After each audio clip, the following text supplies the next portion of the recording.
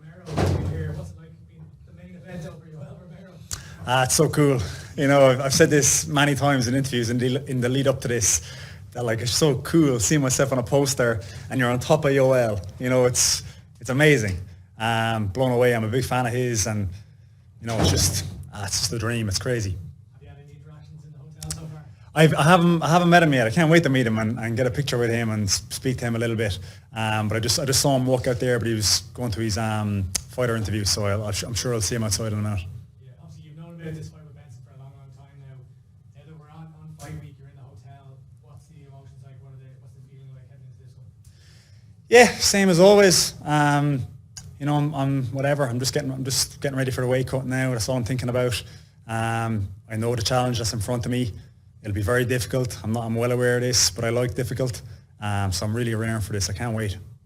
You know, a lot of the talk with you in general, it's always around the walkout song, the iconic walkout song, and it's really become, you know, an incredible part of the sport that everyone looks at worldwide. For you though, do you want to kind of almost get away from it just being about the walkout song and have that crowning moment in your career from a sporting perspective? Yeah, of course, but I feel like I've had lots of great moments in my career. Even here in the Tree Arena, I've had some great moments, and my last few fights have had great finishes and great moments. So I feel like I'm doing that as well. But the walkout is just part of my identity now, and I'm very grateful for that. And I'm very grateful for the Irish fans that they like my style and support me. And I said it to someone there this morning in another interview that like I wouldn't really have a career the way it is if it wasn't for the fans here, to be honest, and I'm well aware of this, and I'm very grateful for it. Yeah, you know, you've fought in far-flung places and in the depths of Russia, and you've put in the hard yards. You always talk about kind of doing it the right way. Do you feel that this Bellator run is the spoils of your labour? Yeah, when I signed for Bellator, I told them I just want the hardest fights right away. I don't want any kind of build fights or whatever it was. I just want difficult fights straight away, and I feel like that's what they've done for me, and they've kind of fast-tracked me, and I feel like I've risen to the challenge and won those important fights, and that's why I'm here where I am. And to answer your question about it being a crowning moment, yeah, it is, and especially with the investment they're making in Ireland, I feel like I'm finally getting kind of recognition that perhaps I didn't get, except only for off the hardcore kind of fans that I was when I was doing all that kind of tough work in Russia. But now I feel like it's all coming good for me. Yeah, I was only watching an interview you did with Samir previously. We were giving Andrew McGann a hard time for not covering him, so you're definitely getting the coverage now. Yeah. Peter, I spoke to Brian more recently, and we were speaking about your fight, and he said that for years he's been actually saying you should fight Benson Henderson, you fight Benson Henderson. To get it after so many years and watching Benson in the UFC and stuff like that, what does it mean? It's unreal. Like I've said this many times, but I'll say it again. You know, if you'd have told me 10, 12 years ago when I was sleeping in my car outside the gym, trying to get sessions in, that someday I'd be fighting Benson in the Tree Arena and I'd probably be more popular than him, you know, I would have just laughed at you. It would have been such an absurd thing to say, but here it is. So it's, you know, I'm very proud of myself. My family are very proud of me. I can't wait to take this challenge now and get on with it. He's a very cool character. He's with his earlier, I think, smooth. Nice and different to build up to a fight with no animosity between you. It's just spoken your own thing. Do you know what it is? I came in to check into the hotel yesterday and he was just there as I walked in. It was nice just to shake hands and that's it, you know, not this kind of mean mugging and angry thing going on for 3 days in the hotel. So it is nice when that happens. Doesn't happen that often, but it's nice when it does. He's brought the family over. He's taken a holiday around Ireland after the fight. Do you give any recommendations around Waterford? Yeah, sure, definitely. Just stay away from Limerick.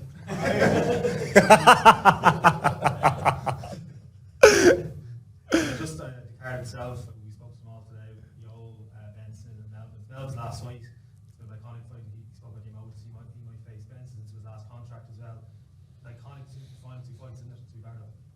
Oh yeah, it's unreal. You know, it's amazing. This is the best show I think Bellator have put on, even though it's a high bar they've set. I think this one is probably all it's missing is James. If James was on it, it would just be amazing, but we'll do our best to carry the thing without him, but it's a big loss that James isn't on it. I'm missing him here in the hotel as well. He's always gives me good energy, and you know, it's a different feeling when he's not here, so it's an amazing show. I can't wait for it. Okay, thank you. Actually, about James, just that you mentioned it there, you know, whenever you're here, we're us covering the card, people around it, you see James and his family is around, very infectious character, but he comes across maybe to fans, they don't maybe have that much respect for him. What's he like as someone who sees him behind the scenes and knows him very well, obviously? He's just a really nice kid. You know what I mean? I say that with the utmost respect. He's like a little brother. He's one of the kindest little guys you'll ever meet. Do you know what I mean? And on camera and things, he acts a bit different. I'm not sure why he does that. Maybe it's just to get people interested in him or whatever it is. But he is one of the nicest human beings and one of the most selfless people you'll ever encounter. That's what I can say about James. Obviously, the fight is coming up now only a couple of days away. We spoke a couple of weeks ago, obviously, and getting prepared for it. But when you see Benson here, I know it's good and there's no animosity and everything like that. But what you've spoken about, I can't believe I'm on the same card as Benson. Well, how do you kind of put that to a side and say, look, I can't be the B fighter here. I have to be the guy who's gone in there and beaten Benson Henderson, not just having to fight him. Yeah, I do put it aside. I say all these things, but I don't consider myself the B fighter. I'm the A side here. This is in the Tree Arena. Let's not forget. You know what I mean? So I don't feel that way at all, and I'm not going to treat him any differently once I'm in. I find I have respect for him here. Once the bell rings, he's not going to be Benson Henderson anymore. He's just going to be some guy in front of me who's in my way. And I'm going to fight like I always do. I'm just going to try and kill him, basically. Do you know what I mean? So I don't worry about that at all, that it's going to affect me on the night or I'm going to be kind of starstruck by him or anything like this. Have you changed anything maybe mentally about the fight, the walkout, and just going into the fight? Because it can help you, obviously, but it could hinder you as well if you got carried away in it. Is that something you've kind of felt before, and something you're preparing for differently maybe this time? Yeah, I'm going to try and, I'm going to try and do this time? I'm going to try and enjoy it a bit more. I'm not going to be as serious and tense walking out and whatever. I'm actually just going to try and embrace it a bit more and enjoy it. I think that will be better. I'm hoping anyway. Last one for me. Davy Fitz, new Watford manager, with them in the All-Ireland next year. It's funny you said that. He's after appointing there's another Peter Queally, and so my brother sent me, actually tons of people sent it to me, it was a screenshot off Twitter announcing that Davy Fitz had brought in Peter Queally as his backroom staff, and there were so many people going, the MMA lad, question mark. So funny. Davy style anyway. Yeah. No worries. So just a question about this, and I don't normally like asking questions about the future for a fighter who's going into a fight in such close proximity, but like this is such a big matchup. It's two big names. You're huge here, and Henderson has made such a big career. Taking that you win this fight on Friday, what do you think of next? Who's the next opponent? Like, it's hard for me to see who could be next on that kill list with such a high stamp fight on Friday. I'd like it to be Patricky again. That's who I'd like. There's a bit, in fairness, there's a bit of a queue there for that title fight. There's a lot of good guys on wins and things there. But I think if I win in dominant fashion and some of the dominoes kind of fall my way, I think I could get that fight next, because I think he would like that fight next, to be honest, as well. I think he enjoyed fighting here. It was my experience talking to him in the dressing room afterwards. So I think there's a few things in my favour that I could kind of sneak in there again and get that title fight again straight away. And then just last for me, I think, in a post-fight interview, a lot of the times when a fighter's being interviewed, the back end of the fight is the talking point, because that's where it finished. But just a question about fighting here in Dublin in such a big stage. The first minute or so of a fight, what is it like? The buzz of knowing it's home, and is there any kind of haziness in your head, or does it take a minute to get used to the atmosphere, especially at home, because that crowd is just nuts in the Tree Arena? Yeah, it's so loud at the start of the fight. It's a bit crazy, to be honest. Then they kind of settle down a little bit. About 30 seconds in is my experience with it, and then the fight kind of almost begins. Then it's a weird start to the fight, but I treat every fight the same. There's always tension in fights for me, no matter where it is, until you actually touch the guy, and then that all melts away. Is my experience normally. It kind of becomes like, okay, the tension's over now. We're just fighting. So that's what I kind of look for. I just look for that first exchange, and then I settle into the fight quite quickly, I feel, after that. Best of luck on Friday. Thank Okay. you. Peter, how do you see the Patricky Pitbull versus Usman in the Magomedov fight now? I think we're going to learn a lot about Usman one way or another, because he's fought nobody. Now he's very good. I'm not saying he's not good, but it's he's never beaten anyone in the top 10. His first 3 or 4 fights in Bellator were schmucks. And he had a tough fight in his last one. That guy was good, in fairness, Gonzalez, and he did very well there. But I think against someone like Patricky, he's about to have his first real fight in my opinion, and you're going to learn one way or another what he is. But I could see Patricky getting him, to be honest, because it's a different level of experience, and that matters. I know this firsthand, and I've seen guys that have not been tested throughout their career, and then when they get to that big boss at the end, they're not really ready for it because they haven't experienced adversity, whereas Patricky has. So I'd lean on Patricky for that reason. Yeah, you've obviously fought Patricky twice before. Mm-hmm. Looking at this matchup with Benson Henderson, is this a tougher fight? Is it an easier fight? Is it the same? Like, how would you compare them to? Difficulty-wise, they're the same, but they're very different fighters. They're polar opposites, really. Patricky's kind of coming in he's got bricks for hands, and he's trying to just take your head off every second of the fight, whereas Benson's much more kind of calculated. It's kind of a different pace.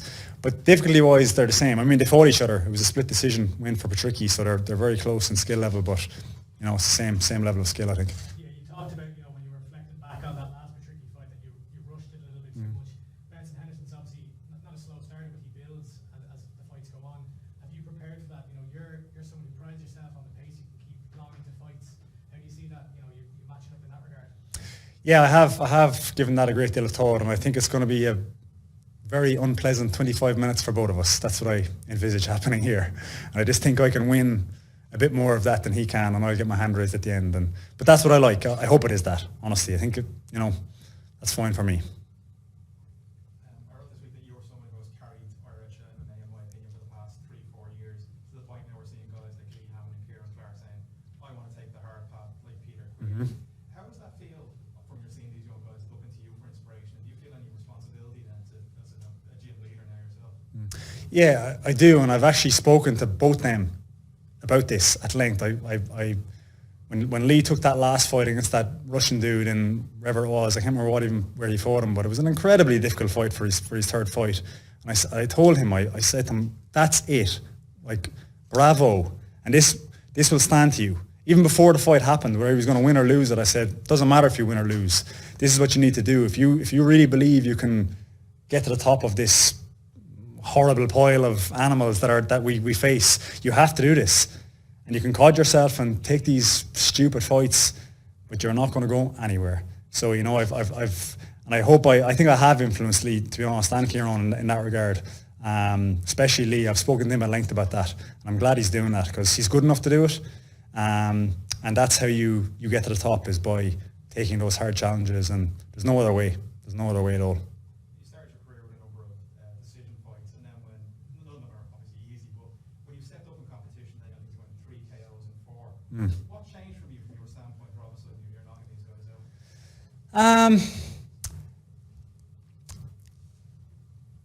I think one thing that changed was I got much more confident in my striking. In my early days, I was always confident in my striking, but then I would wrestle a bit as well. I would when I just have the guy hurt and stuff, I would, not go for the kill.